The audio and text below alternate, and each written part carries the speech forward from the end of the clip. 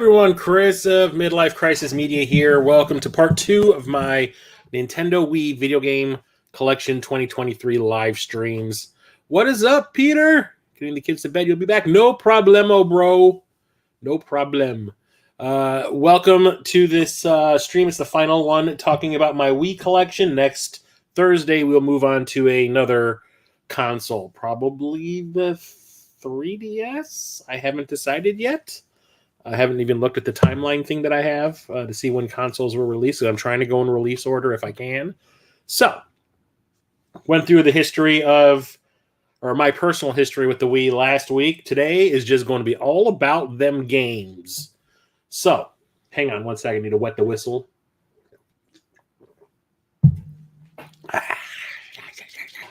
Cold, it hurts the teeth.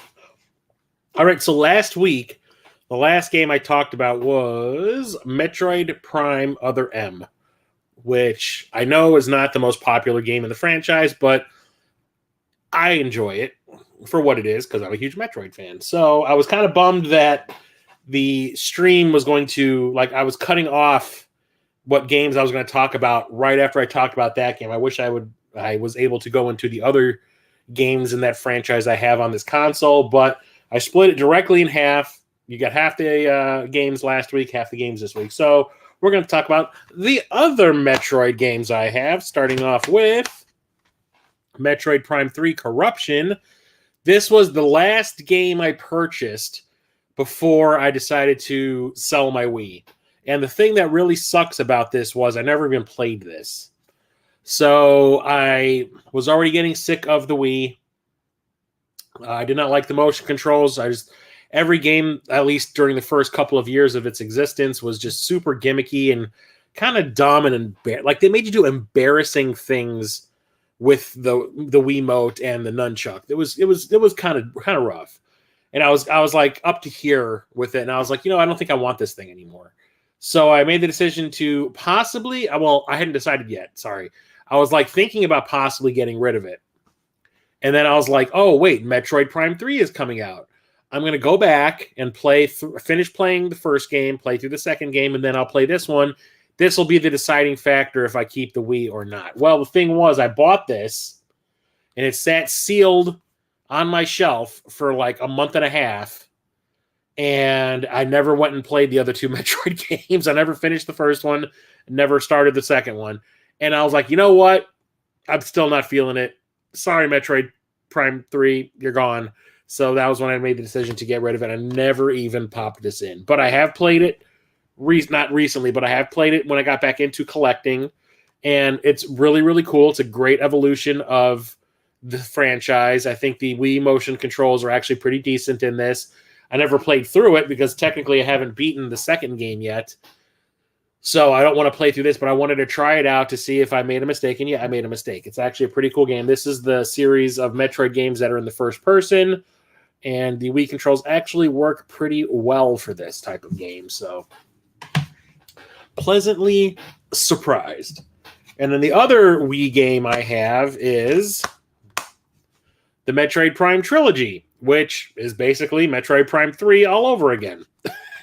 So this has Metroid Prime 1, 2, and 3 on it, and they are all using the Wii motion controls this time in the way that they were implemented in Part 3.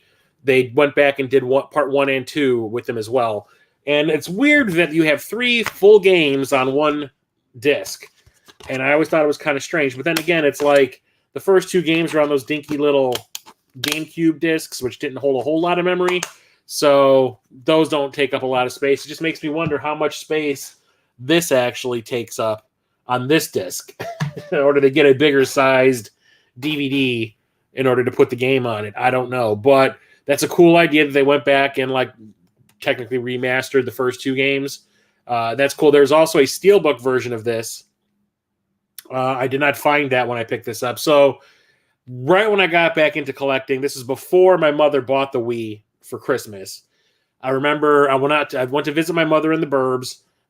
We went to TGI Fridays, I do believe it was. And there's a GameStop in the plaza with the TGI Fridays. So since I just gotten back into collecting, I was like, hey, I'm gonna when we're done, I'd like to stop in the GameStop over here just to see what they have, if they have anything worthwhile. And I bent down in the Wii section, and this was all the way at the bottom, next to Xenoblade. What is it? Xenosaga Chronicles or whatever it is, or Xenoblade Chronicles. And that was another really expensive game. And then they also had, I think it was Sama de Amigo and Nights into Dreams 2. And I was like, oh, all of these. And then I look at the price of the Metroid Prime trilogy, and I look at the price of the Xenoblade Chronicles, and I was like, ugh, yeah, never mind. So I go to put them back, and my mom snatches them out of my hand. She's like, allow me. And I was like, what? And she's like, I know that you're really into this right now. She's like, so I'll help you out. I'm like, okay. So she basically bought this for me, and this was not cheap.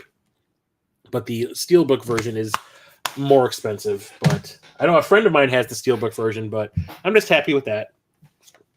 So I do have a complete Metroid collection until Metroid Prime 4 comes out.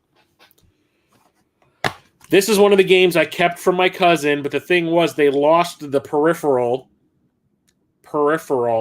that was supposed to come with this if you bought it at Walmart. They lost it at some point. But I ended up going online and finding it. I think I got it for like $3 or something on eBay. And that is the Michael Jackson Experience. I thought this was so freaking funny because this is, I guess, using the Just Dance program or whatever. The way they make that Ubisoft makes the Just Dance games, it's the exact same thing here. It's just all Michael Jackson songs. And you get to do all the signature Michael Jackson moves to a whole bunch of Michael Jackson songs. I don't know if you know. I don't remember if they're the real ones or covers. Like I said, they don't even have Michael Jackson's like face on here anywhere. It's always covered up somehow. So it makes me think it isn't. But anyway, the thing that this was supposed to come with, it comes with an extra track, Another Part of Me. And it's supposed to come with a special edition, like diamond-studded glove kind of thing, like the way Michael Jackson used to wear back in the 80s. And they didn't have it. So I bought it online, and it's still sealed. It's actually still in the package. I never actually opened it. And it's sitting in my closet with the Wii, buried under a whole bunch of other stuff. Did not feel like dragging that out. But I just think it's funny that they thought that you needed to have this, like, to make it the authentic Michael Jackson experience, that, like, diamond-studded, glove thing of his. And I don't remember if you have to, like, stuff the Wiimote into it or something like that to count as, like, so it registers the hand movements, or you're supposed to hold it with the Wiimote with your hand. Because I know there's some peripherals that put the Wiimote in, like, a slip inside a glove or something. I don't remember if that's the way it works or not, but I'm not going to find out because I'm not opening that thing. But that's just too funny. They also made a Black Eyed Peas one, and I'm not a big fan of them, so do not own that. But I am a big fan of Mortal Kombat, so I had to get a copy of Mortal Kombat Armageddon, mostly because I was curious how the motion controls would work for this. And it's not great. I'm not a big fan of the 3 Mortal Kombat games that came out during the PlayStation 2 and Xbox GameCube era. What is that? Deadly Alliance, Deception, and Armageddon. I'm not a big fan of those 3D ones. I think they're ugly. They control badly. I like the other modes. I just don't like the main game. I like the other modes, the story mode stuff that they have in there where you're playing as Shujinko, I think in this one in Armageddon, going around meeting all the characters and all that, like the RPG part of it, adventure thing, is really rad. But the core game of the fighting stuff I think it's not great, especially in this one because this is the 3rd and final one on that generation, and this is also the one where there really isn't fatalities. You just like string a whole bunch of moves together, and it's like, I'm going to rip your arm off now. I'm going to rip your leg off now. I'm going to rip your heart out now. I'm going to rip your other leg off. I'm going to rip your head off, and then I'm going to kick you across the stage. And it's like, make your own fatality thing. I hated that. I hated it. And I don't think the Wii controls work all that great for the core game. But like when it comes to the Mortal Kombat kart racing and all that kind of stuff, I think it's okay. But everything else, not great. But I needed to get this for, my little goal of trying to get all the Mortal Kombat on console things. So I had to get that. And I remember I found this at a GameStop dirt cheap. This one is funny. I saw the Game Grumps streaming this one at work one day. I was on my lunch break, and I would watch YouTube on my lunch break. And if nothing caught my eye on my subscribers, feed or whatever, if I saw a new Game Grumps video, I would just click on it to have it on in the background while I did other things. And they were playing this game, and it was so stupid and silly. I was like, I need that game in my life. And then it got kind of expensive, probably because they were streaming it for a while and it looked really fun. So I looked it up from my desk and I was like, no, there's no way in hell I'm paying like $60 for a copy of that.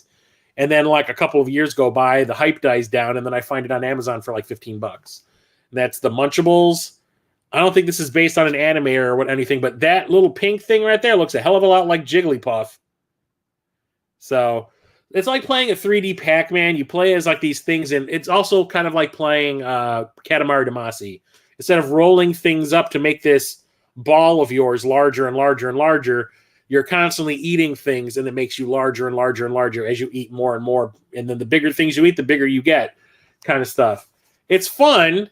It just gets, I think, a little tiresome by the end because it's like, unlike Katamari Damacy, I think like the Katamari Damacy games are really, really charming, and the music kind of keeps you going because you're like, well, I wonder what the next track, how ridiculous the next music track is going to be. This one is just kind of one note, and it is fun, don't get me wrong, but I'll play it in spurts. There's a free character decal inside. Oh, is it still in here, though? Did I get lucky? Doubtful. Did anyone buy Wii Ski and Snowboard? Don't forget, on sale, March 29 or 2009. Come on, don't miss out. But it's okay. I'm glad I have it. It's not a huge priority for me to actually play through it. This one is a Vanillaware game, and you know me and Vanillaware, they're another one of my favorite developers, so when I found out about this one, had to pick it up. That is Muramasa the Demon Blade. This is a side-scrolling, I think, hack and slash. I don't think it has the RPG elements that a couple of them have. Experience a large variety of beautiful and vivid 2D environments complemented by classic side-scrolling gameplay. Yeah, it's like a hack and slash. But it's got the signature Vanillaware art style, which I absolutely love. Cannot wait for, what's it called, Unicorn Overlord, that's coming out for the new consoles. And again, what is it, like winter or early 2024? I really am looking forward to that. I absolutely love Vanillaware. I recently beat, what is it? Oh, God, the beat 'em up that's on the PS3. Dragon's Crown. I beat Dragon's Crown Pro online, doing it co-op with Mondane Designs, which was super fun. I streamed the last one that we did where we actually completed the game, but I didn't do any of the post-game stuff yet because there's a lot to do. I was like, no, I need to move on to play another game. I have a lot of games I have in my backlog I got to play. So super awesome. I love Vanillaware. Highly recommend Dragon's Crown Pro.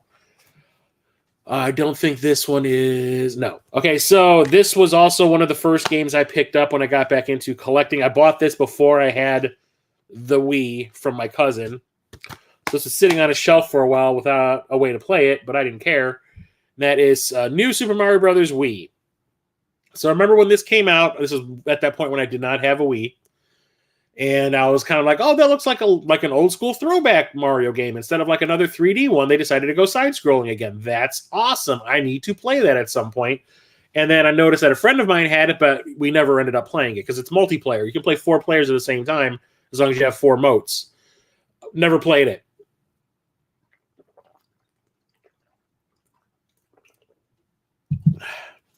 Then I got my Wii. Then I bought this. Got a Wii a few months later. And the weird thing is, even though I was super happy when I heard about it and learned that this was going to be like a classic side-scrolling Mario game, that when I finally did sit down and play it, I don't know if I overhyped myself on it or my expectations. My expectations were high. And then I actually played it and I was like, wow, I kind of don't like this. I love the original Mario games and all that. This one, just for some reason, plays real slow, and I don't like that. And for some reason, just gets on my nerves, and I find this game kind of tedious to play. And don't get me wrong, the gameplay itself is fine, but for some reason, everything just moves by at like this snail's pace, and it just did not sit well with me, and I ended up not really enjoying it. And then, like when I have get-togethers and stuff, this is always a choice to play. You know, when we do like a multiplayer game night or something, I never suggest it because I'm just kind of like, yeah, you know what? I'm good. So not a huge fan of the new Super Mario Brothers games, and I've played a few of them. There's like a sequel to this on the Wii U with like a spin-off from that. There's one on the 3DS. And there's the version of this that came out on the DS. I was just kind of like, nah, I'm good. I should like this. In theory, I should love this, but I don't. Here's the other one I got that night when I got the Metroid Prime trilogy. I saw this sitting there, Knight's Journey to Dreams, which is the sequel to Knights into Dreams that came out on Saturn originally. Had no clue because I've been out of the loop on the Wii for the longest time. Like I said, I got rid of it in 2009, and then in 2014, I start seriously collecting games again. It started at the end of 2013, but it was like, one big purchase in 2013, and then 2014 was when I was like really like getting into it. And I didn't get the Wii until 2014, I think, yes. But when I found this sitting there at that GameStop, I lost my shit because I absolutely love the original Knights game on the Saturn. It's one of my favorite games on that console. It's so awesome. It had its own controller just to play it. And I thought the idea of a sequel was rad, so I could not wait to actually be able to play this. And then when I did, I was like, you know what? The magic, just not there anymore. Yeah, this one just feels like they churned it out, like Sega churned it out, just to get some name recognition, have another title on the market, because they were churning out games like you would not believe for all the consoles back then, like all the time. So it's like, hey, name recognition. Let's just throw another one out there. This one has none of the charm of the first one. It's not bad. It's just disappointing. So the original game, you're basically playing as a floating Sonic, and you fly through these stages, flying through rings and collecting gems and stuff. And here it's kind of the same thing, but it's just not nearly as fun. Don't ask me why. I don't know. In theory, it should be great too, but in execution, not so much. I got this because of the name. And then I found out that what company released this? Conspiracy? I can't read their name.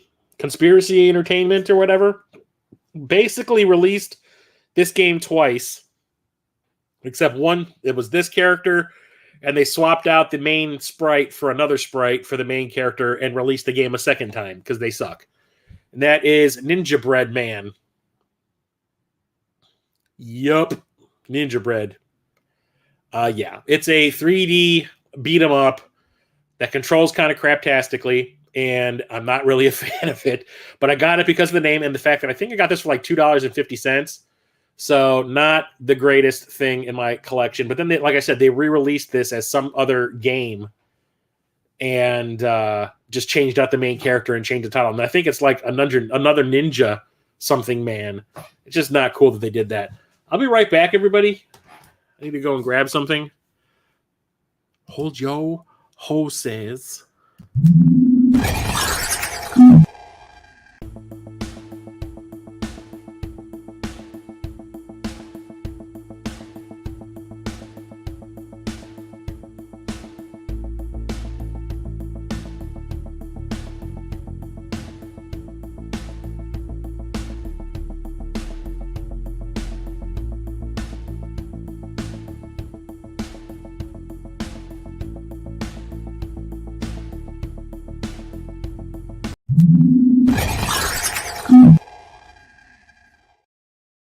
Just realized that I forgot to shave my head to clean up the dome.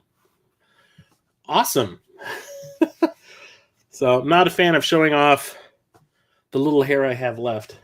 So I'm covering that shit up. You got a peep show for the first 20 minutes of this stream. So I've just bought the third game in this series. I showed it off in the recent pickup stream that I did this past Sunday. And I do believe there's one more game I need to get for the Switch to have the subset. We're talking them No More Heroes and No More Heroes 2 Desperate Struggle. So these are these Suda 51? They look Suda 51. I don't think they actually are, though. Anyway, so these are 3D beat-em-ups. You play as this character, Travis Touchdown, who has a lightsaber, which is essentially a fluorescent light bulb on a stick. And when you cut people, they bleed coins. So it's kind of going by the, what's it called? Scott Pilgrim rules a little bit.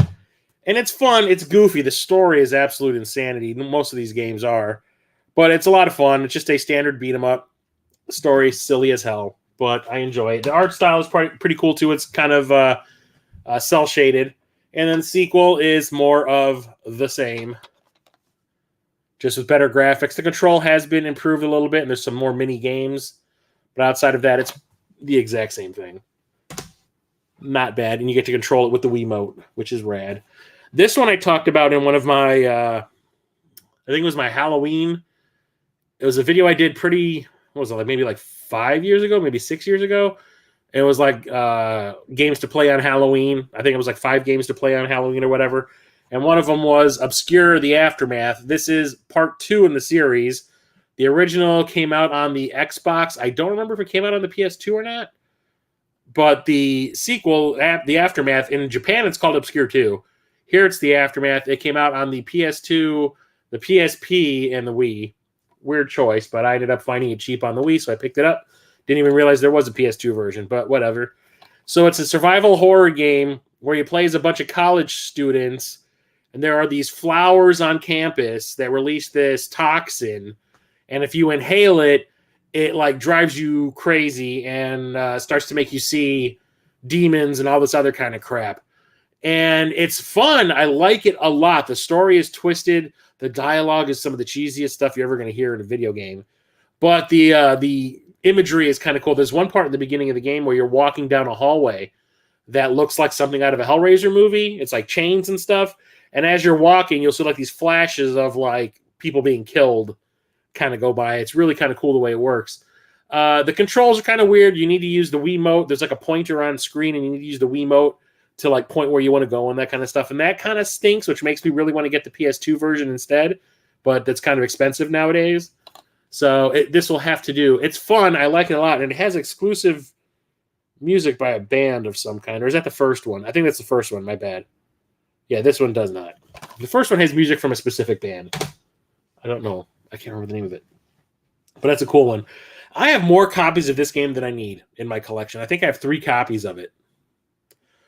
Which one do I need to keep? Oh, I know which one I need to keep. I need to keep the one on the Xbox One and get rid of the rest of these. So we have Okami, which I actually got on the Backlog Roulette for the Super Enabler Brothers podcast that I do with Jason of Corpse Flood Gaming, like 2 or 3 episodes ago. I think it was the one before Mondane, so it was 2 episodes ago. And I have not played the Wii version, so I don't know how the Wiimote works with this, but it is a 3D beat-em-up adventure game where you play as this wolf. I think his name is Omaratsu or something like that. Amaterasu. That's it. And there's like these, I don't know what I call them, like corrupt beings running around, kind of ruining the landscape. And you need to go around and beat the crap out of them, and you unlock more abilities as you progress through the game. And it turns into what starts off as kind of like a linear beat 'em up, and it turns into like an open world game at a couple of points where it's like, oh, now you have this gigantic valley you can just run around in and find things to do. And it kind of threw me off because I ended up playing the HD version on the Xbox One for the Backlog Roulette. And it's really fun. I like the art style, although I'm pretty sure it looks way better here and on the PS2 because I also have this for the PlayStation 2. I'm pretty sure it looks better here because when the art style, which is that cel-shaded look, and it kind of also, it's cel-shaded, but it also looks kind of like the Japanese paintbrushing style in a few areas. When it got translated to HD, everything shakes. So when you see Amaterasu like standing there during one of the cutscenes, his outline just kind of like constantly shakes, and it's always like blurry and all that, and it's really off-putting. So I'm like, maybe I should be playing this in a lower res because maybe updating that art style to HD to 4K or whatever just doesn't work out very well. But the game itself is pretty rad, and I do need to go back and finish it off.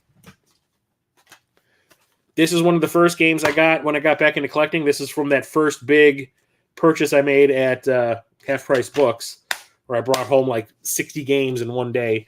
That is Overlord Dark Legend. So I do believe this is a tactical strategy game. Use your Wii remote to guide our brave young hero and his loyal band of minions through this epic twisted fairy tale. Get ready to unleash your dark side. This does not look like a strategy game. This looks more like a beat 'em up. But I do remember that Overlord was kind of like a comedic strategy style game. Maybe they turned it into a beat 'em up just for the Wii version. I don't know. But this is also on other consoles, so I could not tell you. But I thought it looked kind of cool. I liked the cover art, so I picked it up. It was also dirt cheap. This one, oh man, where did I get this at? Was it Best? But no, this was at Half Price. No, not Half Price Books. GameStop. So back when I first got back into collecting, GameStop was a pretty cool place to get obscure Wii games. I found a lot of obscure stuff there, and one of them was Pandora's Tower. Like I said, if I see a game by Xseed, Axis, NIS America, or Atlas, I buy it. I don't care what it is. I buy it because if I decide that I want to get it later on down the line, it's always going to be more expensive. So this, I do believe, is a 3D RPG. I have not actually played this. I do believe it's like a 3D RPG, kind of like the newer Final Fantasy games. But I saw this on the shelf, and it was not super expensive. I want to say it was like $25 or something. I was like, give it to me. I'm going to take it home. I need it. And I did have this on my Amazon wish list, so I was happy to find it cheaper than I found it on Amazon. So I love that artwork on the front. That is super freaking cool. Next up, we have, this is like a spin-off of the main series, and I do believe... See, I haven't actually sat down to play this at any length, so I cannot comment, because it looks like a fighting game, but I don't think it actually is. So we have Prince of Persia: Rival Swords. And so the original trilogy of Prince of Persia games was Sands of Time, it was The Warrior Within, and The Two Thrones. So where does this fit into it? I think this is just kind of like a little side story thing. On the back it says your homeland is besieged, your people are enslaved. Now you must use the Wii controller to wield an array of ancient weapons and bring peace to your shattered land. You've never played Prince of Persia quite like this. And then there's a couple blurbs underneath the pictures, but they're too super, super tiny. I can't tell what kind of game this is. It looks like a one-on-one fighting game, but then you see like the stuff where he's driving the chariot at the bottom there. But I love this Prince of Persia iteration. I love that trilogy that came out on the PS2 and the Xbox. So when I saw this, I was like, oh, what is that? Is that just like some remake of one of the other games, or is it something new? It's something new, and I do believe it is like a side story. And then we got the official part 4 with the Forgotten Sands, and nobody cared at that point because Ubisoft killed off all the interest after releasing the reboot of Prince of Persia, which nobody liked. Bring this up a little bit. Next up, this is also one of the first games I got on the Wii that first day.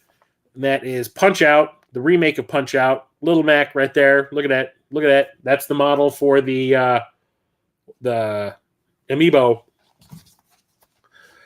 And it's exactly what it is. It's Punch-Out, but you use the Wiimotes as the your fists, the Wiimote and the nunchuck.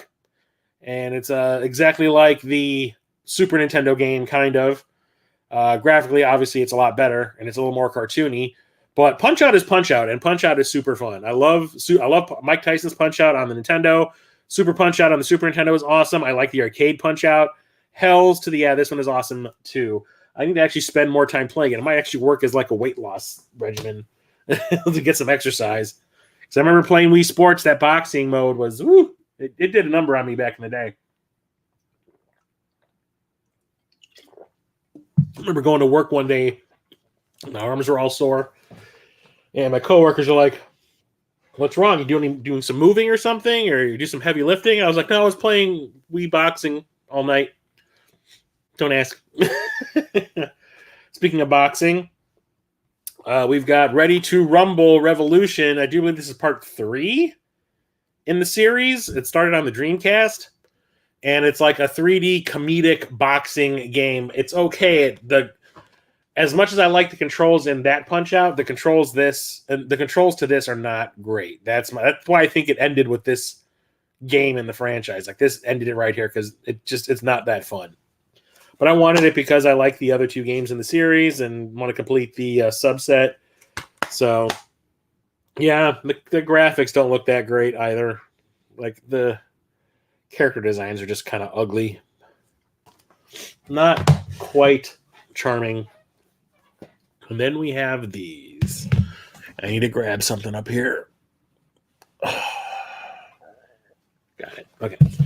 So, last week when I was talking about like buying the Wii for the first time when it first came out, and getting it at that Best Buy when they did that weird weekend exclusive sell-through thing that they invited me to for some reason randomly, I was like, okay, so what games do I buy? And I bought Rayman Raving Rabbids and this. Both of them disappointed me in the extreme. And the only thing I played for a couple of months was the Wii Sports disc that came with the console. So what game is that I bought next to Rayman Raving Rabbids? That was Red Steel. So I was like, oh, I'll get this cartoony kind of thing, and then I'll get this like heavy action game. You know, because I looked at the back and I was like, ooh, I get to wield a gun in one hand. It's a first-person shooter. I get to wield a gun in one hand and a sword in the other. Sign me the F up. So I was super excited about this. And then I played it. And it controls like garbage. Absolute trash. I did not enjoy any of this, even though it was cool to actually have to control each hand with the one with the Wiimote and one with the nunchuck and have to like slash around and then use the nunchuck with the trigger to use it as a gun, and then the other, the Wiimote, I'm slashing around and stuff. It just, half the time I'd move my hand and the sword would just stay straight out. And I'd be like sitting there going like, look, I'm slashing. Why aren't you doing it? It just did not respond. The controls were terrible. The game itself is fine. It's like a cheesy action movie from the 90s or 80s or 90s, but the controls just absolutely killed this. I had no interest in this 4-player multiplayer you see down here at all. It really bummed me out. I was like, this was the one that I had the high hopes for, and no. So naturally, I sell the Wii, and then they release a part 2, which supposedly fixes all the issues, and I don't have a Wii anymore, so why would I care? Get back into collecting, and I go to the exchange down the street, and I see the big box version of part 2 in the case, and I was just kind of like, well, I'm collecting now. Why the hell not? So we got Red Steel 2. This is the big box version, and it comes with a couple of extras. So you get the game, and as you can see, I haven't even played it yet. It's still sealed because the taste of the first game, I still haven't been able to wash it out of my mouth. But it comes with one of those new, at the time, Wiimote condoms and the Wii Motion Plus attachment at the bottom that it connects to the bottom of the Wiimote and is supposed to make the motion controls a lot more accurate, which was one of the problems with the first game. So I was like, all right, fine. I'll give this one the benefit of the doubt. But like I said, I still haven't been able to bring myself to play the second one, to even open up the packaging and put it in the console. But I only paid like $10 for this whole set, so I was not upset about that, even though I probably don't know if I'll ever play the game. But I love the box art. I love that whole Western kind of aspect, but it's still a gun in one hand, sword in the other. And it does look pretty rad on the back, but we shall see. Eventually I'll get around to trying it out. Maybe. And then we have all these. So this franchise kind of had a resurgence on this console, for better or worse. So you got Resident Evil 4, the Wii edition. So it was like all these other games in the franchise, like we're getting like, or other games from other franchises were just all of a sudden getting re-released on the Wii with the motion controls. And I was like, no, it's just a gimmicky thing. I don't give a crap about that. But everyone tells me that this is the better version of Resident Evil 4. It's like the GameCube version and this version. That's all you need. And I was like, all right, fine, I'll pick it up. And I got this at that disc replay really, really cheap. But you know what? Still haven't popped it in to play it. I'm kind of okay with just the standard version. So I don't really care. Advanced AI. Ooh. Separate Ways. You play as glamorous Agent Ada Wong in 5 new chapters that reveal startling insight into the original storyline. Behind the camera view, unsurpassed visuals. I highly doubt that because this thing was not doing HD. And Wii Remote action. Same game, new control style, a couple of extras. Yippee skippy. But also, you know me, I love my light gun games. So I have the Resident Evil ones. And one of them was in a big box set that came with like a Wii zapper kind of thing. It was like a big gun attachment that you put the Wiimote in and the nunchuck in, and you can use it for the light gun games. I have the Wii zapper. I don't need another one of those types of things, so I never bothered. I just wanted the games. So we've got Resident Evil, the Dark Side Chronicles, and Resident Evil, the Umbrella Chronicles. So I had the Umbrella Chronicles for the longest time, and I've played it. I haven't played through it. I haven't beaten it, but it is a lot of fun. It is a great light gun game that's like House of the Dead in Resident Evil land. You know, it's very similar. It is a lot of fun. The one I was always looking for, I had been looking for a long time, was Dark Side Chronicles, and I talked about it in the PlayStation 3 live stream when it came to the second XCOM game. What is it, Enemy Origins? Or did this thing just freeze up? God damn it. All right, hang on, everybody. I will be right back.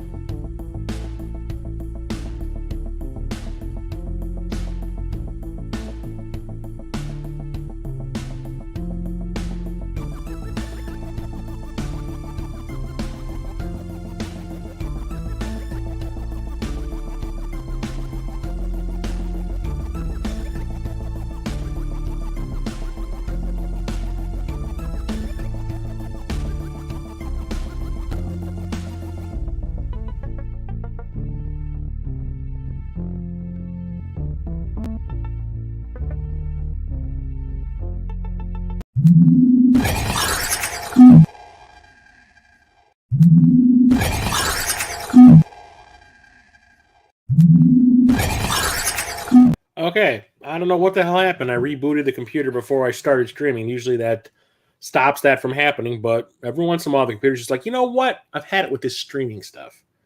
But anyway, I was talking about Resident Evil Dark Side Chronicles. So I had bought the second XCOM game because of this specific GameStop where I had bought, oh God, what was it? One of the WarioWare games, I think. And I bought a WarioWare game at this GameStop because they were the only GameStop that had a complete in-box version of Pikmin 3 on the Wii U. I went out there, and while I was there, it was on the south side of Chicago, which I rarely ever drive to. It was the only one in the area within driving distance of me to get that game before, because the price was starting to jump up on it, and I wanted to get it before they did, and GameStop was the only place that hadn't jacked the prices up yet. So like after work one day, I ran over there and picked it up, and while I was there, I bought, I think it was WarioWare, oh God, I can't remember, Smooth Moves or something, and got home, and they didn't put the disc in it. Again, another time when this happens. So the next day after work, I go back there, and I'm like, hey, the kid behind the counter just had this look of I could care less. Like just whatever. Everything that came out of his mouth was, it just sound. He could have said a 30-word sentence and it would have still sounded like whatever. So I go in there and I'm like, yeah, you guys forgot to, I don't think it was the same guy that did this the day before. I'm like, yeah, the guy who was here yesterday didn't put the disc in here. I want the game. Can I have the game, please? And the guy's like, yeah, okay. So he goes like shuffling through the shelves, you know, the desk drawers, and he comes about, we don't have it. I'm like, then why was the game out on the shelf for purchase if you don't have the actual disc in stock? You want to pick something else? And I'm like, yeah, okay, sure.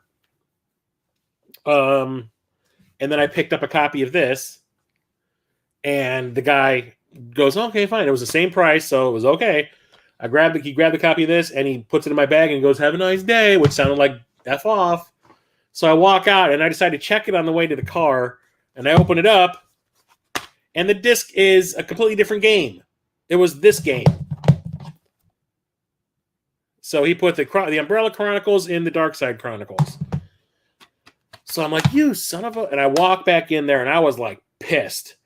And I throw the game on the counter, and I'm like, you put the wrong game in it. And he's like, what? I'm like, you put the wrong game in it. You put the Umbrella Chronicles game in there instead of the Dark Side Chronicles.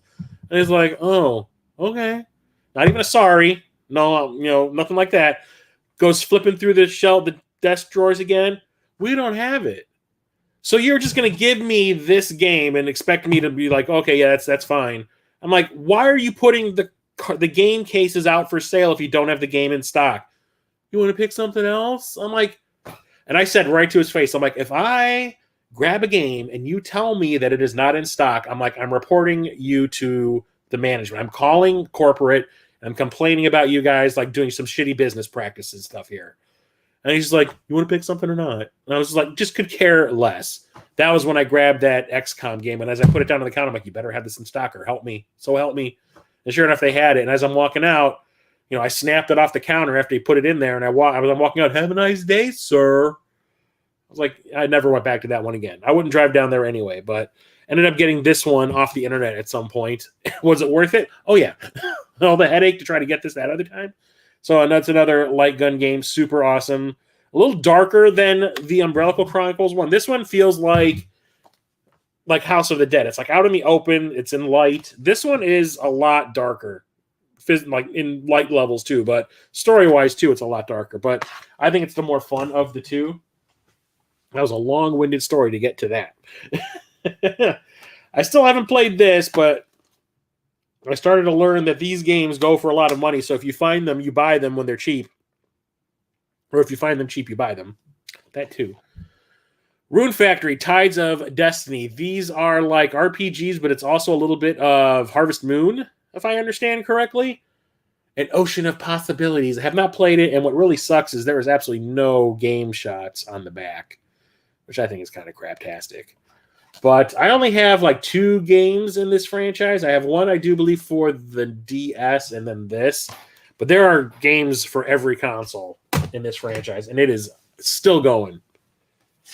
Had to get this because I do believe this is a sequel to the PlayStation 2 game, and that is Rygar. What is the subtitle? The Battle of Argus, which was remade. They rebooted the whole series to turn it into God of War, because let's be honest, the main character uses that giant shield to hit bad guys. Let's make it in 3D and let's have him have that big shield on a chain that he swings around, kind of like another game we've been playing lately called God of War. How about that? And sure enough, that's exactly what it is. But it's not to say it's bad. These are actually pretty fun games. And this one's kind of cool. I haven't spent a whole lot of time with it, but I played the PlayStation 2 version quite a bit. And I really like it. I don't think it's nearly as good as the God of War games. I mean, obviously, those are absolute classics. But as like a ripoff using an existing IP, that's kind of cool. I like it. This one I picked up off of Nintendo. What's it? Not Nintendo Joel. Shantendo 64. Shantendo 64. He sells a lot of like repros and stuff on Instagram, and then every once in a while, when he's like, "I'm going to start selling parts of my collection off," he'll post them there as well. And I just so happen to be having a little bit of downtime at work, and I check my phone to see what's going on. And Shantendo's like, "Oh, here's all these games I'm selling," and I was like, "Oh, I want that one." And I think I bought 2 other games from that too. And I'd never heard of this one, but when I looked it up, I was like, "Oh yes, give it to me." And that is Saint. And this is based off of that Monkey King story from China that has been made into 5 million different video games. Like there's ones going far back as the Famicom. I have 2 of them on the Famicom disk system, for crying out loud. And this one is, I do believe, a shmup, if I remember correctly. It's like a side-scrolling shmup where you're playing as the Monkey King flying around on his little fireball. And I thought that was really cool. I thought I needed like a shmup like this on the Wii, because I don't think there are many on the Wii at all, if any. Not that I can think of off the top of my head. I don't think I have any. They're like old school throwback shmups? I don't think so. The GameCube had a couple. They had Ikaruga. And, oh God, I have the other one. God damn it, now I can't think of it. Whatever. Tangent. Here was one of the other games I got that night that my mother bought, the the Metroid Prime Trilogy and the Xenoblade. That is the Samba de Amigo. I guess it's a remake, reboot. I don't know. But this is a franchise that started on the Dreamcast, and Sega ported it over to the Wii because it makes perfect sense. The Dreamcast version required maraca controllers that were basically motion controls. You had like a sensor bar that was like, I don't know, 3 feet wide or 3 feet long that you would put at your feet. And then you had to stand with the maracas over that bar so it would sense the distance that you're using them. And then it would also detect when you would shake it. So you had to hold it over the bar, and then depending on what's going on in the game. So I don't know if you can really see it. But you got those red circles, the yellow circles, and the green circles, and that's the height of your hands. So the red circles is above your head, yellow is at your sides, green is by your knees. And when you get it to you'll see like these little circles going out to those colored circles. And when they meet, you're supposed to shake the maracas at the height that they're telling you to. And then you eventually start doing combos where you got to go one up, one down, one to the side. And it gets really, really fast. And it was really, really fun. With the Wiimotes, it was just like a natural pairing. I mean, that had to happen. I'm surprised they didn't do it sooner. And it works. It's fun. It's just I still think I enjoy the Dreamcast one more because back then it was more of a novelty. And at this point, it's like, oh, look, more motion control stuff. Yay, old hat. So it was kind of I had more fun playing the Dreamcast version, but not to say that this is bad. But there is a new one. I don't know if it's out yet for the Switch or it's coming out for the Switch. They showed it off in the Nintendo Direct from a couple of weeks ago. And I was like, oh, yeah, okay. Like I said, Atlas Games. You see them, you buy them. Shiren the Wanderer. And I do believe this is a beat-em-up. Take direct control up to 3 party members, collect items, and not maneuvering your enemies. As the Ronin warrior Shiren, explore dungeons filled with snow, sakura, walls of fire, and more. Easy mode gives newcomers a foothold, while normal mode presents more of a traditional challenge.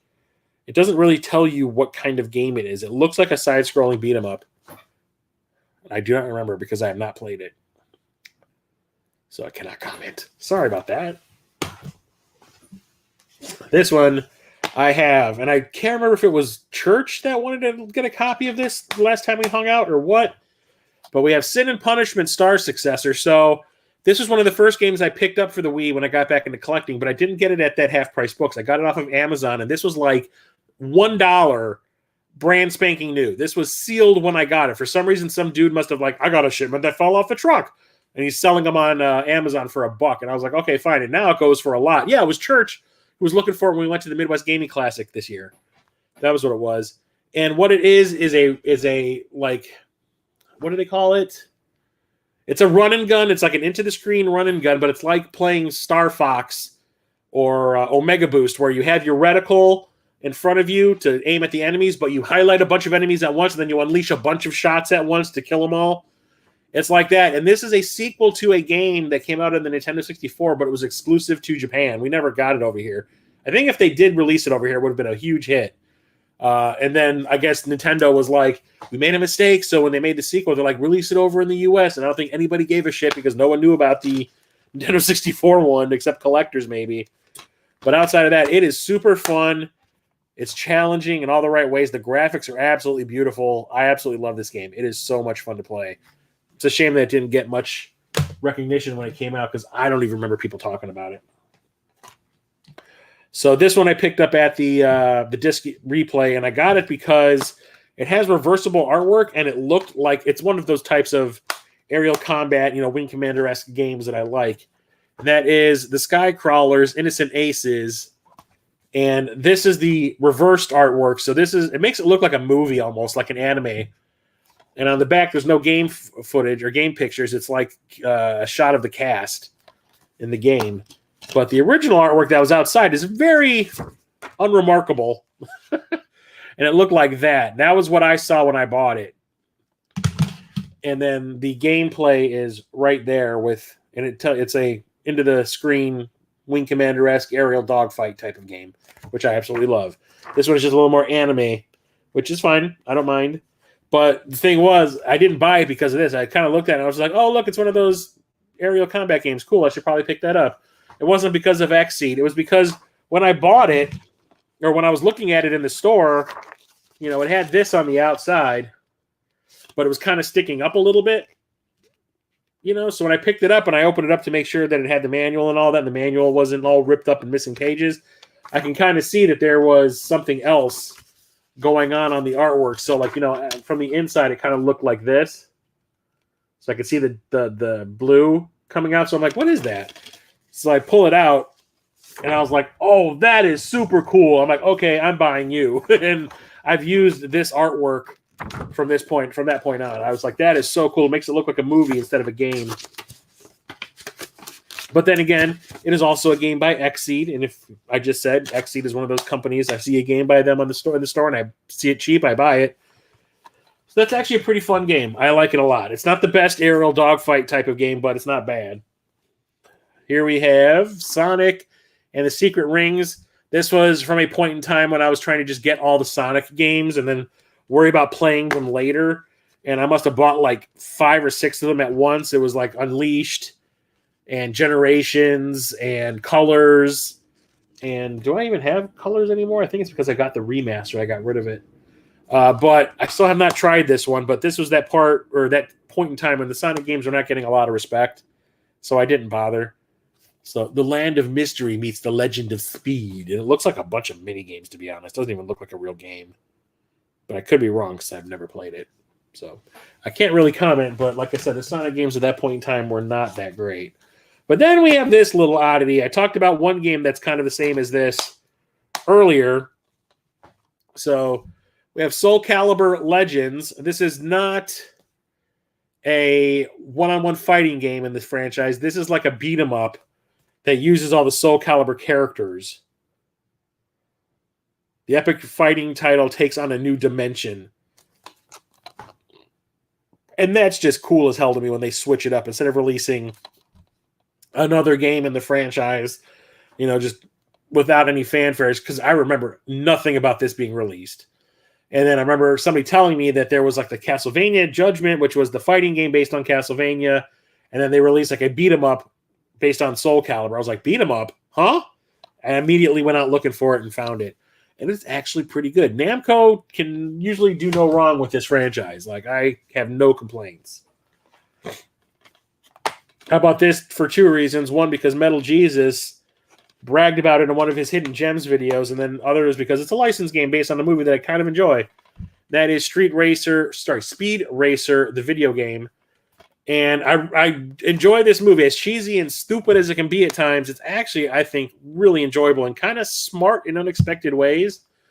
And it is a 3D racing game, but the cool thing is you can do all the tricks and stuff from the movie. Like you can make your car do like 360s and stuff while you're driving and jump and all this other kind of craziness. And it is really fun. It is really fast. Not as fast as like F-Zero is on the GameCube, but it's fast.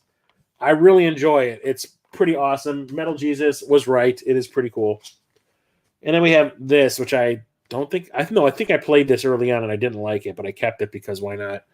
SSX Blur. I really like SSX Tricky and SSX 3. Those are really cool.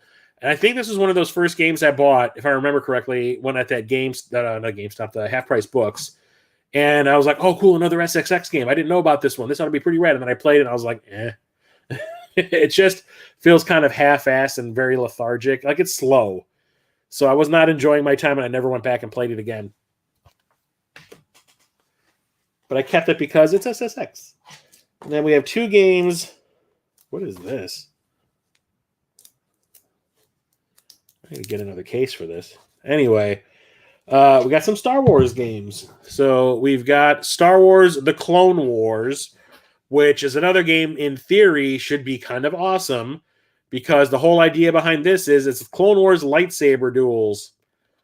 I have a Wiimote that can be a handle or a hilt, and you play as a character from the Star Wars universe, and you have lightsaber battles where you're wielding a lightsaber, which is your Wiimote, and like kind of like that Red Steel game that I was complaining about. It sounds awesome in theory. And then you actually play it, and you're like, wow, this was just this half-assed little motion control monstrosity that does not work at all. I love the Clone Wars cartoon, so I was really excited to get this and play because I want to play as Ahsoka. I want to play as freaking Asajj Ventress and all that kind of stuff. That sounds awesome. And then you play it and you're like, wow, this controls like poop, which is really disappointing because this had so much potential. This could have been like the start of making these games right. And no, it just is another licensed game that felt crapped out to meet probably the start of a new season of the show. So I was disappointed as hell when I played that. I know a couple of my friends kind of enjoy it, but there's way better games that do that kind of thing. And that's not one of them. But then we also have The Force Unleashed. And I picked this up, I think it was right before we saw Rise of Skywalker, me and my friends on opening night. And we went to a GameStop that was closing down by where my friend lives. And I found this there. And I was like, that's kind of funny. We're going to go see a Star Wars movie. And I bought a Star Wars game 20 minutes before the movie starts. And it's a port of the game from the other consoles. But now this has the Wii Motion support. And I thought that sounded kind of cool. I'm still curious how it works because if I have to use the lightsaber or the force powers as like motion control stuff, that could be kind of fun. But then again, it should have also been fun in the lightsaber duels game, and it was not. So I'm still kind of curious about that. I have not played it because it kind of scares me. I think I'm going to be super disappointed. And then I have this right here. So I got this at Disc Replay. I remember the day that I went. One of the first videos you'll see as on my channel from when I did the start of the video game stuff was a garage sale video that I did where I was like, okay, I keep on seeing like Scott Squatch and Retro Liberty and all these other channels going garage sailing on the weekends, and they find all this awesome stuff. I'm like, my turn. So I chronicled my first time going out garage sailing looking for video game stuff, and I got a couple of things, but nothing worth really. I got like a slim PS2. I got a handful of games from the guy. The guy tried to hawk his the controls for his Rock Band for the PS2. I'm like, no, I have it for the 360. I don't need any more of these things. Well, I don't want to sell the console unless you buy the guitars for the Rock Band also. I'm like, I don't want the guitars. I want the freaking PS2. I'm like, I'll pay what you're asking for it with the guitars, but I'm not taking the guitars. You can sell those elsewhere. And he was like, oh, right. But he left one of the Rock Band games inside the PS2 and didn't realize it. So I have one of his games. I got a couple of games from him. I found a couple of things at another garage sale, and then I drove to one that was like way out of the way and found absolutely nothing. So on the way back, I'm like, I'll stop at Disc Replay and see if they have anything. And I found a few things there, including this. And this was really not expensive.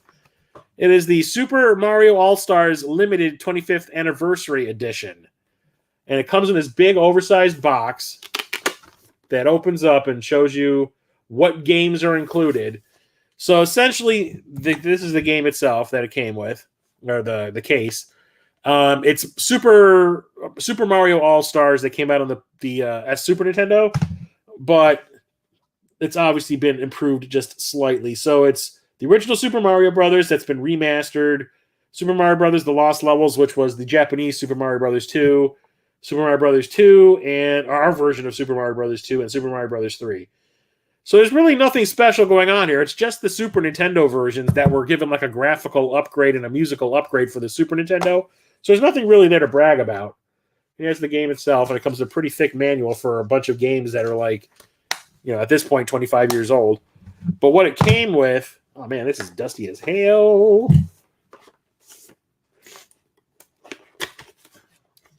Is another DVD, another DVD case. And this is the Super Mario History, 1985 to 2010. And on the back, if I could read it to you, why did they decide that this deep red color and some gold lettering was a great combination? I can't read any of that. But it's like the history of Mario. It's a bunch of interviews and stuff like that and videos. Nothing too crazy. And it also comes with this book, Super Mario History 85 to 2010 booklet.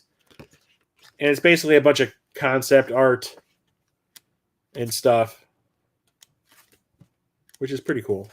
for all the games that have been out that had come out at this point in time, including the ones on the Wii, which is pretty awesome. The fact that I only paid, I think, $25 for this, like I was like, oh, okay, this kind of makes the day worthwhile because I wasn't planning on buying Super Mario All-Stars on the Super Nintendo, so this is the next best thing. So I got 4 old remastered versions of games, and now it has Wii motion controls and a 2-player battle mode with the original Mario Brothers game. Yay! I'll put that back later.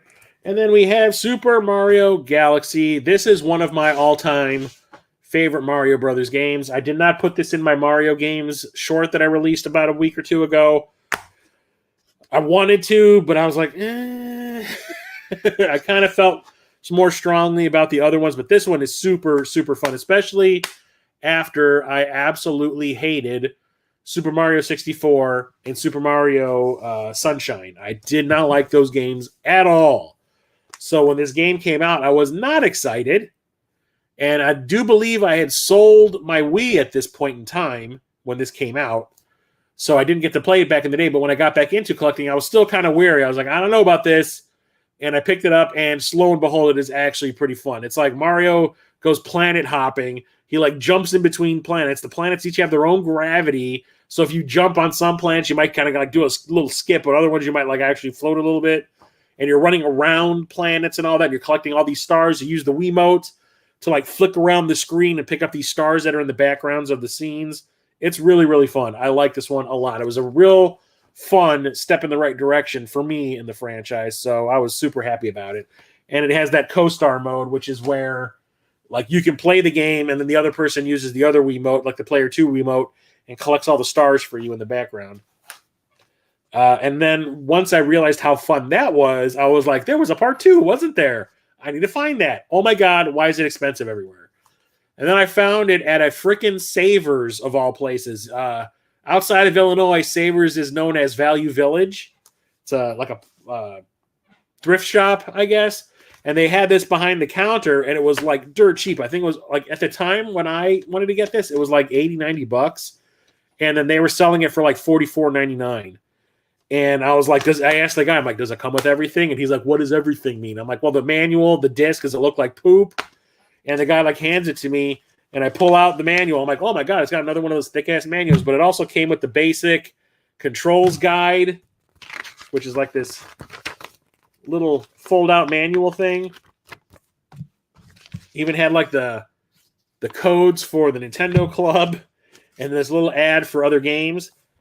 And then I said to the guy that was behind the counter, I was like, why are you selling this so cheap?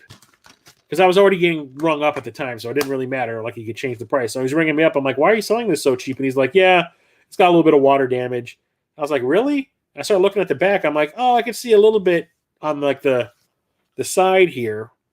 It's very faint. Very, very faint. But then when I got home, I was talking about that little movement thing. It got inside, and like a bunch of the pages are like stuck together and started to peel, and some of the information's been lost. Yeah, there we go. Just undid it. That sucks. That's the only thing. Come on, you can do it. But I think the rest of this is stuck together too. Yeah. You can hear it, can't you? It's making you cringe.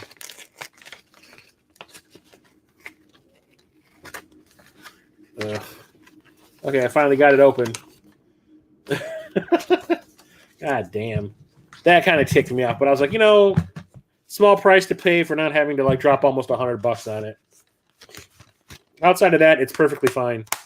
And it's a fun game too. I think I actually like this one more than part 1. It has more to do. There's more like special effects for the planets and stuff. It is super cool. I like it a lot. I only have the one. Okay, so I think this is I have them on the GameCube too. But Super Monkey Ball, Banana Blitz. I don't remember where I got this. It might have been from my cousin. I think this is one of the games I got from my cousin. But Super Monkey Ball started on the GameCube, and it's essentially just a monkey and a little hamster ball, and you have to move the stages that he's on to make him roll to the exit. The stages are movable, and you use it you move them by moving the controls. And I do believe with this one, you have to like hold the Wiimote sideways and kind of tilt the stages with it. Yay. This one took a little bit of doing to get, but I found it for I think like 30 or 35 bucks somewhere. That was Super Paper Mario. I had never played Paper Mario on the Nintendo 64. I never played Paper Mario on the GameCube. So this was the first Paper Mario game I ever played. And I did not think it was going to be like a platformer where Mario's made out of paper and you can actually turn him sideways so he looks like a little slip. Like he's just a little line. Because when he turns, he like turns like he's a little sheet of paper and you're turning a little piece of paper around. It's really cool the way it works. It's more like a platformer than anything else, and it was really, really fun. I liked this one quite a bit. It's way better than Super Mario Sunshine, believe you me. I had more fun playing that. And then this one I got lucky on. I found this at that disc replay joint, and they were not selling it for like the 2 kidneys that they normally were doing on eBay at the time. I got this for like $50. That is Super Smash Brothers Brawl. This was is this the first one that I bought? No, I played the GameCube one back in the day, and everyone I knew was talking about Brawl being the best one. I still like the GameCube one more than this, but there's still friends of mine who are like, still singing this game's praises, like the best one ever is the one on the Wii. Nah, I disagree. I don't like it that much. I mean, I like it. Don't get me wrong; it's fine. It has that story mode and all that, but I was just kind of like, it's all right. But it has a lot of really cool characters that were added into it, like Snake and Sonic. And you got the Nintendogs thing going on there. Yippee, freaking Skippy. But it's just a 4-player beat-em-up game. Not much to it. If you played one Smash Brothers game, you played them all. That one is amiibo-free. So, talking about that Clone Wars lightsaber duels game, this is the one that I feel kind of got it right. So, I have another game like this. I don't remember what it was. I don't feel like going over there to look. But I have another game that uses the Wiimote like a sword. But this one is just swords. Just keep it simple, guys. Swords. It's by Majesco. They're not a great company. The only games that they ever released I really, really liked were the Blood Rain games. But I saw this at Half Price Books, and it was like $2.50. So I was like, okay, fine, let's check this out. And sure enough, it plays a lot better than the lightsaber duels game by a long shot. It's actually pretty fun. It is not the greatest looking game that I own for the Wii, but it is pretty fun. That's the only thing I really care about. Is the game fun? Does it control well? Is it clunky? Is it going to make me mad? This one actually does it right. At least for the most part. I mean, it still has a couple of little issues where it stops detecting your movements. But this one is probably the best controlling one out of the ones I have. Come here. Come here. So another game in this long-running series, and I have not played this because how many games are there in this franchise now? Like 30 games? We got the Tales of Symphonia, Dawn of the New World. So I think this is a sequel to Tales of Symphonia, which came out, I do believe, on the... Was that the one that came out on the Super Famicom? That's Tales of Fantasia. And there's like Tales of Destiny. Tales of Symphonia is one on the PlayStation 1, maybe? If anybody in the chat knows, let me know. But it's an RPG, a JRPG. And I have not played it because, like I said, there's 500 games in this damn franchise, and I don't want to... Especially, I want to play the first one before I play the sequel. So, there's that. But this is the one that Radical Reggie was always telling me I needed to buy when he found out that I like the light gun games. I guess this one was his favorite. So every time I'd be like, oh, I got a new one. Did you get this one yet? No. Couldn't find it. One time I did find it, but it had no manual, and it was overpriced, so I passed. And then one day, me and my friends went to that really expensive area in Illinois that's like west of the city, and they have that game, that half-price books out there, and it was sitting there on the shelf. And I was like, okay, does it have the manual? Yes. Does the disc look good? Yes. How expensive is it? $5. I'm taking it home. That is Target Terror. So this is another light gun game. It's like playing Point Blank, not Point Blank, Time Crisis a little bit. Super, super fun. But this is the one that he swears by. I think this one is probably his favorite one ever. And then he actually took a picture dressed up like the guy on the cover of him holding the game. Like, and I was like, you like this game a little too much. This is one that kind of intrigued me because I did not know how this was going to work, because unless you have the special controllers, I don't know what that controller is called. The one that looks like a Super Nintendo controller but had the 2 thumbsticks on it. I can't remember what they called it, the Pro controller or whatever it was, or a GameCube controller. I did not understand how you'd be able to play this game at all, but apparently it was really good. So I was like, fine, if I find a copy of it out there, I'll pick it up. That is Tatsunoko versus Capcom Ultimate All-Stars. So first thing, I'm sitting there going like, I love the, Marvel versus Capcom games and all that kind of stuff. And then there's SNK versus Capcom. What the hell is Tatsunoko? And then I looked at the cover and I was like, oh, it's an animation studio. Okay. Because it's the company that did Battle for the Planets. If you're American, if you're in Japan, it was called Gatchaman. And it was a really rad cartoon, and it's a whole bunch of characters from this animation studio's roster fighting up against the Capcom characters. Like, you got Ryu, you got I can't remember the name of the dude from Dead Rising, Mega Man, all that kind of stuff. And it plays pretty fine. I actually really enjoyed this one. I was pleasantly surprised. It plays just like Marvel vs. Capcom 2, and it just has all these new characters. And some of them you probably won't even know because that's kind of a deep dive. But in Japan, I'm sure this was a huge hit. But over here, everyone's just kind of like, I know maybe 3 of these guys, which is kind of like my case. There's some things that look kind of familiar, like I saw them when I was a kid somewhere, but I can't really place them. But it's like, I do know Battle of the Planets. But even with the Wiimote, this is not a terrible game to play because you hold it sideways and use it like a regular controller. I don't like holding my Wiimote like that. It's very uncomfortable for me. But if you're in a pinch and that's how you need to play it, that's not the worst way to do it because this is actually a fun game no matter what controller you're using, which surprises the hell out of me. Then we have Tenchu Shadow Assassins. I picked this up at GameStop dirt cheap, and I don't know if this is a first-person game or not because I have never popped it in. And the back does absolutely nothing to tell you anything about it.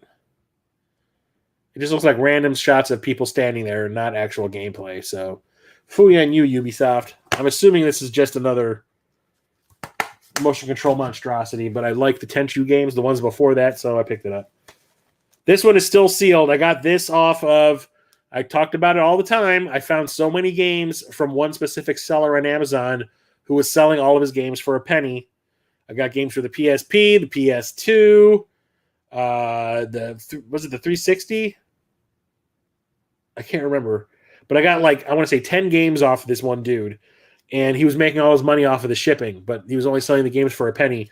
And everything was brand spanking new. So pretty early on in collecting, and I find this, I'm like, yeah, I'm going to take full advantage. So I went to the guy's store and just bought everything that looked interesting. And this was one. This is Tournament of Legends. It's still sealed. I have not played it. It's by Sega, which is one of those things I was trying to get all those Sega games, and it looks like a pretty cool fighting game. But I have not actually played it, but that just looks rad as all hell. So, yep. This is one of the games I kept from my cousin's collection when my mother bought the Wii off of my 13-year-old cousin back in 2014 or whatever it was. So that is Trackmania Build to Race. I think it was 2013. Whenever the original Last of Us came out on the PS3. So I played a bunch of the games that my cousin gave. I got with that Wii when my mother bought it, and I played this one, and I was like, it's actually kind of fun. It's a racing game that has already made tracks and all that kind of stuff, and it's like you're playing with Hot Wheels cars because they're you can do tricks with them and stuff. And then you actually have a track builder, like an editor mode also, which I never really played around with. But the actual racing part of this is kind of fun. And there's another couple of games in this franchise. There was one on the last generation, if I remember correctly. So I kept that one because it was actually not too bad. It did not feel like shovelware. How about that? And then we got these from Atlas, and it took a little while for me to complete this set. That is the Trauma Center games. So we've got Trauma Center New Blood, Trauma Center Second Opinion, and then this other one, which is just Trauma Team. So what are these games? These are surgery simulators. So just like on the DS, it was kind of strange to me that there's these like games where you're playing as a lawyer. And I do believe this franchise started on the DS, where you're using the stylus as like a scalpel for like the surgery stuff, and then it eventually came to the Wii because it makes sense. Motion controls, this would be perfect. So when I did have the Wii back when I first bought it, I did buy, I do believe it was Second Opinion. I had one of them. And I was playing and I was like, what is going on in this story? But man, cutting open a guy and taking his freaking kidney out is kind of fun. This was probably one of the most fun games I had on the Wii. And I just could not understand why I was enjoying it so much. It was like the story was like watching a soap opera. And there's like, oh, there's someone in the hospital who's secretly working for another hospital. Oh, and by the way, this guy needs to have an appendectomy. It was just the weirdest thing. But we were getting some strange ass stuff on the Wii, and like I could not pass it up. I absolutely had to have it, and I had a blast playing it. But I never got any of the other games in the franchise. I still have not played them, but they all look exactly the same. Stupid soap opera storylines mixed in with random surgeries you need to perform, and then you got to like do the whole cauterizing the wound or cleaning the wound. You make the incision into the skin, and then you got to like clean it up, and then you got to go in there and you got to pinch this and pinch that. And then make the cut, take the thing out, take like the gizzards out, and then you got to not cauterize, but sterilize it again, and then start sewing things up. Don't do the when you're doing the stitches. Don't go all over the place. You got to be real specific about where you go with the stitches. It was really strange, but man, I had a whole lot of fun playing it. Could not say no. So when I found all of these, every time I would find a new one, I would be like, "Yep, you're coming home with me."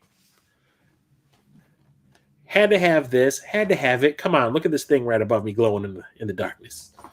We got Tron Evolution's Battle Grids. So I was always under the assumption that this was just a port of the PlayStation 3 and Xbox 360 Evolution game that came out to coincide with the release of, Tron Legacy. Drink that iced tea and now I got the almost threw up a little bit.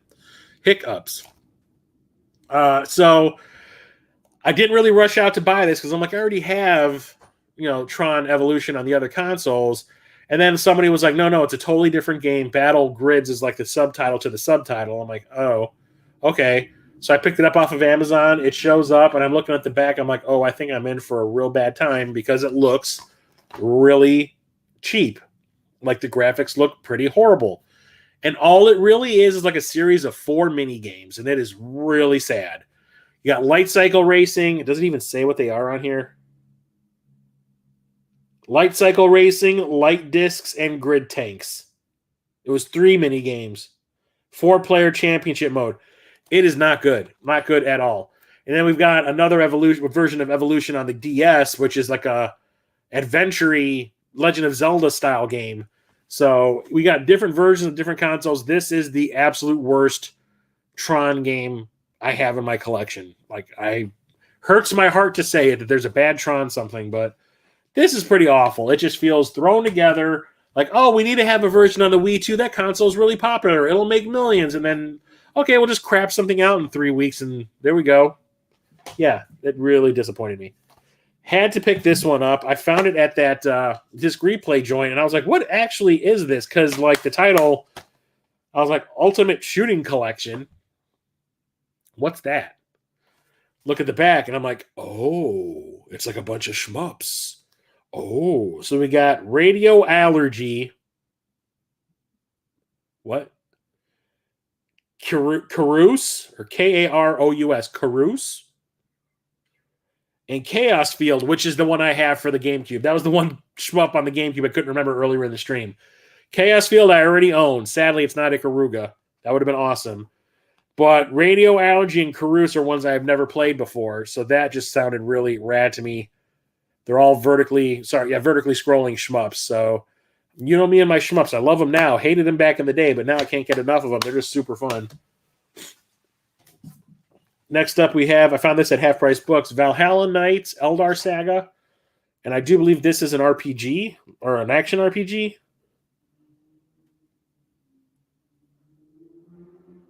Build a formidable battle party, customizing nearly limitless combinations of races, abilities, skills, equipment, and appearances. Adventure on your own or connect online for 2-player exploration and cooperative real-time combat. This epic story spans multiple generations. When heroes fall, another brave warrior will rise to take on their quest. Sure, why not? Like I said, I see an Xseed game that is not super expensive. I pick it up. And plus, I really liked that box art. I thought that was really cool looking with the sword coming toward you and all that. I thought that was pretty rad. So pick that up. Obviously, it's in my collection. And then I eventually, like I was talking about how I bought that WarioWare Smooth Moves game at that really crappy GameStop down on the south side, and they never even put the damn disc in there. Eventually, I found it at another GameStop, the one that used to be by my mother's house, where I got that Metroid Prime trilogy. Found it there, and WarioWare Smooth Moves. And these are a bunch of like little mini games, but like real like micro games actually. Some of them last only a few seconds, and they just throw a series of them at you in succession, and it's like always trying to adapt. I consider this like an IQ test because, you know, IQ is the ability to adapt quickly. So it's like you have 3 seconds to figure out what you need to do for this thing. And then you're moving on to another one, which is a completely new set of obstacles or whatever control options you need to use. And it's just one after another, after another, another. And sometimes it gives me a headache. Sometimes it's pretty awesome where I realize how to play something super fast. I'm like, oh, this is cool. Oh, wait, it's already over. But this franchise has been going on forever, and it's super, super fun. And there's all these different ways you got to use the controller, the Wiimote, and it shows you how to use them on here. You got to hold it in certain ways. You got to pull it on your nose. What? It's funny, but it's fun. Okay, so I do have another peripheral in the closet, which I did not take out because it is gigantic. But it was one of the things I got when my mother purchased the Wii for me from my cousin. The only thing is, this thing that she purchased actually belonged to my little 13-year-old cousin's mother. She bought this for herself. And I think you can kind of figure out what it would be. For me saying that it belonged to his mother instead of him. And that is Wii Fit. The balance board is sitting in my closet, buried underneath my Rock Band peripherals, my drum kit. And she gave that to me, and it looked like it was so rough looking. Why is this getting so dark? It was so rough looking when she gave it to me. It looked like her dogs had pissed all over it, like multiple times, and then it dried, and then they did it again. It was so gross looking, but I cleaned the crap out of it. It looks so nice now. It looks brand new. I have not tried it really. I take that back. I tried it to make sure after I cleaned it that it actually worked. So I played this for like a good 30 seconds. And I was like, oh, okay, cool. If I ever need to, do an exercise kind of thing, I think I do. I'll check this out. And I never went back to it. But I kept it because I still have the balance board and I need to have something to use with it. I know there's some action game out there that lets you use it as like a balance element of the game. I just can't remember what the game is. Also had to get Wii Play. This one came in originally, I think it came with like a Wiimote in a big oversized box. I was just like, I just want the game. I have plenty of Wiimotes already. But this is just another series of little games you can play. It has, let me see. Oh, that's in French. Let me look inside. If it tells me what kind of stuff is in here. You got pool. So it's like a sequel to Wii Sports almost. Even though Wii Sports had a sequel.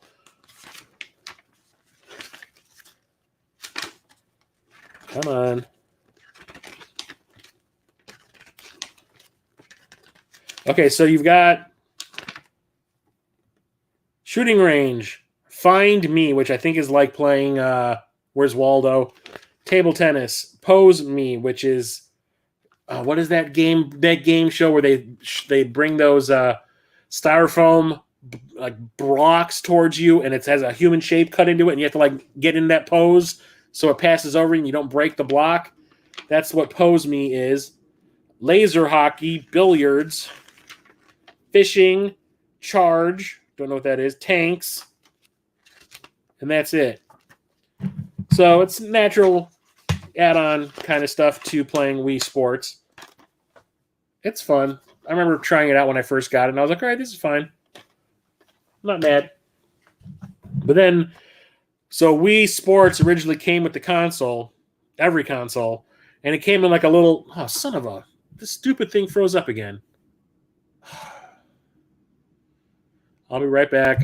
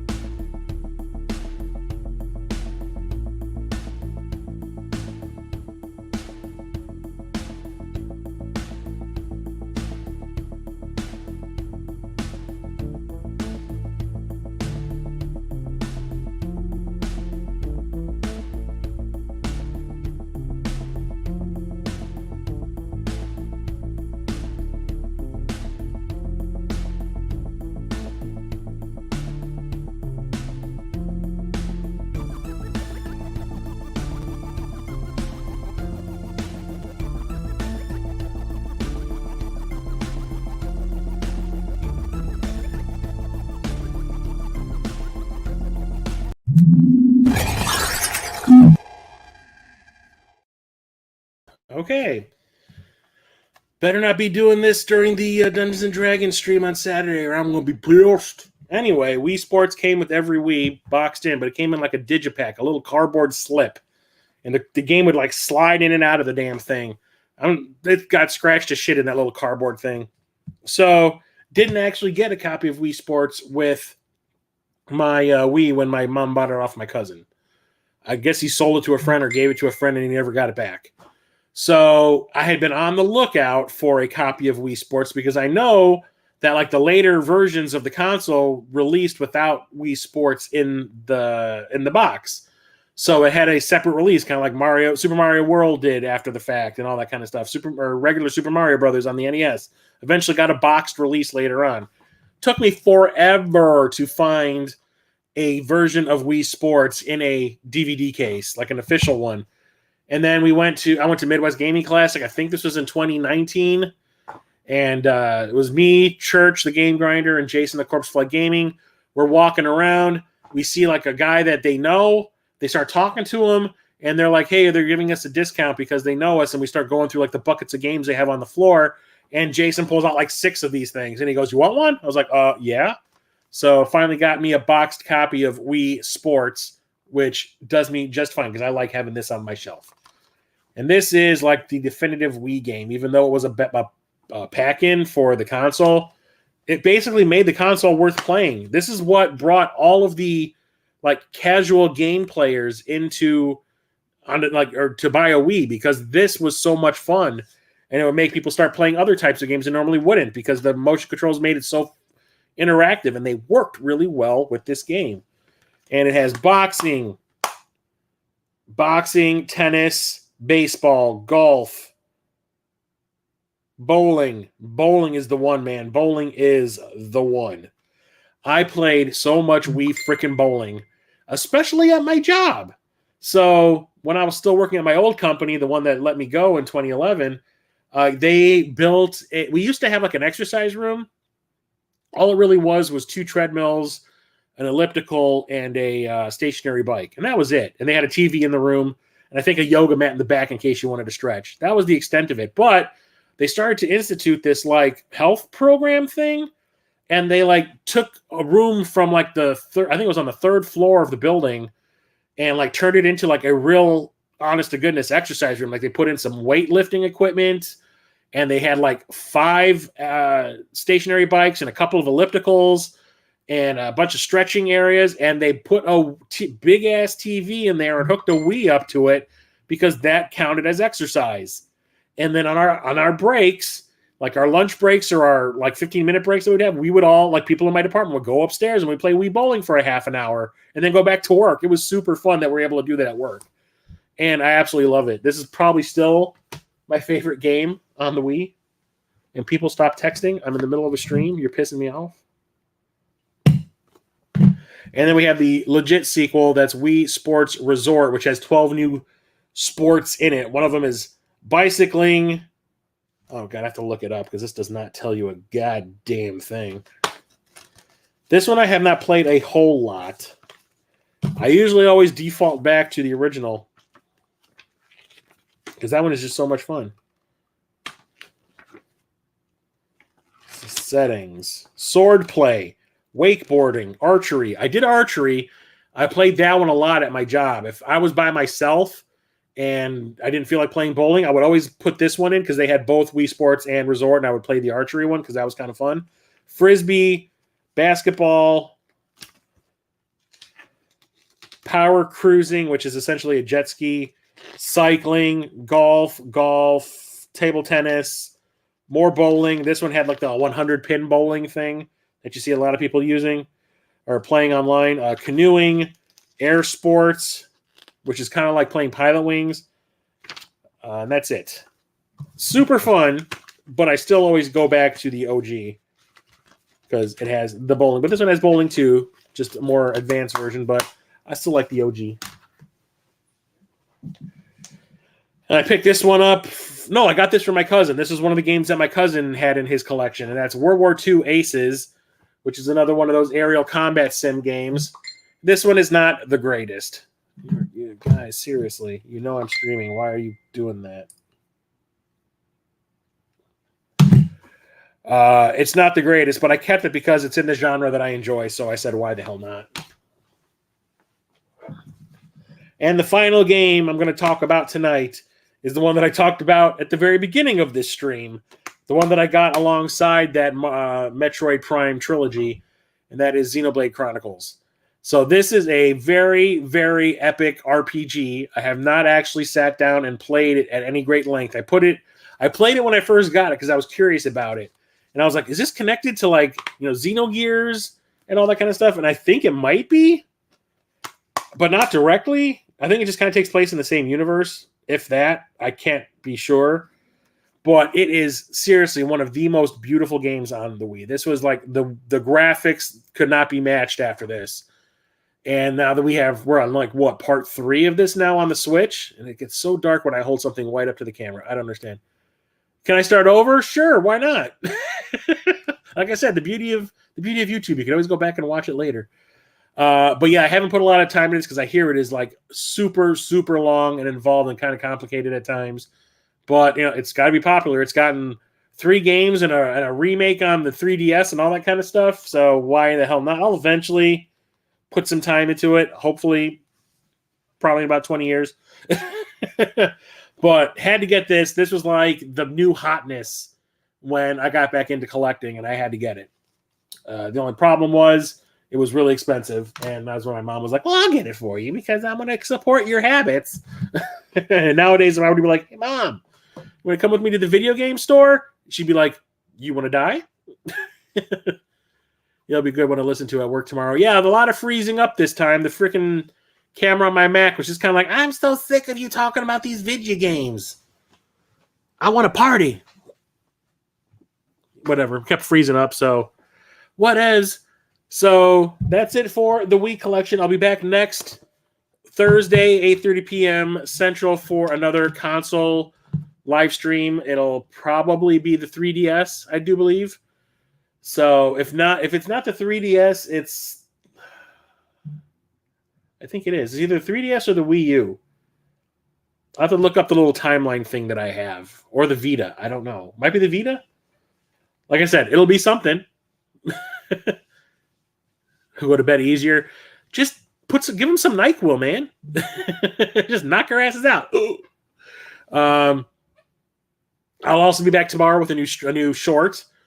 Tomorrow will be a video game themed one, since the last one that I released Tuesday was it a movie review? Yeah, it was my movie review of Oppenheimer, which was one of the first reviews that I filmed, but then I started seeing more new movies, and I'm like, I need to release the newer ones now while the getting's good. Now I'm going back to the old ones, so I released Oppenheimer on Tuesday. Tomorrow will be another video game themed one.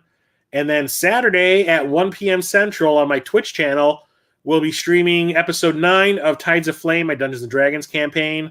So if that interests you, it's a lot of fun. We ended on a really dark note in the last episode, so now I'm kind of curious how the party's going to start interacting, knowing what they know. So it's going to be really, really cool and interesting, at least for me, hopefully the audience too. So twitch.tv/statblock20, STAT, block, BLOCK 20, all one word. Head on over there, 1 p.m. Central. It's going to be really awesome. And then there will be another short on Sunday. That will be a movie one again. I've been trying to alternate movie and video game titles so it doesn't get repetitive. So thank you everybody for hanging out with me tonight. Sorry about the technical difficulties. This Mac is like almost 10 years old at this point, so I'm surprised it's not crapping out more often. And now my mouse is starting to act like a butthead. The party's going to implode. Everyone should be there. Yeah, you don't know what you're talking about. No, it's not like that. There we go. So I'll see everybody hopefully next Thursday. Have a good night, everybody. Stay safe out there. Talk to you later. Midlife Crisis Media out. Ooh, I just farted.